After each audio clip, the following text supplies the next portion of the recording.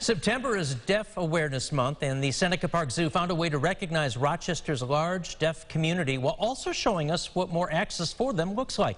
Mackenzie Mislin joins us in studio with more. Rochester has one of the largest deaf populations per capita.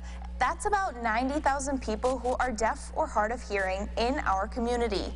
And while there are many services out there for them, we saw a stepped-up version at the zoo.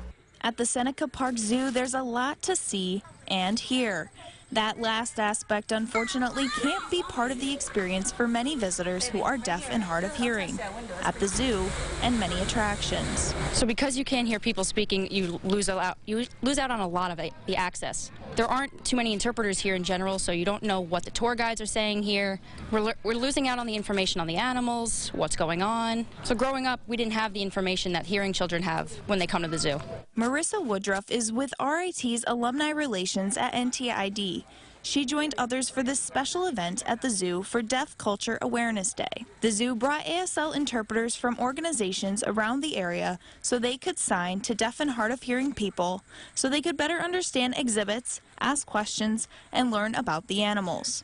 Danny Mafia, also with NTID, says despite the number of interpreters at the event, the community as a whole needs many more. The interpreting community is small. It's not a lot of us. The requirements to get into an interpreting program is very strict. Woodruff adds having interpreters at places like the zoo are nice, but at many other places they're essential. Sometimes it's a struggle to request interpreters, and it's really important for our hearing peers to understand that. We live in the community too, and we deserve access as well. And again, not only here at the zoo, but anywhere else in Rochester.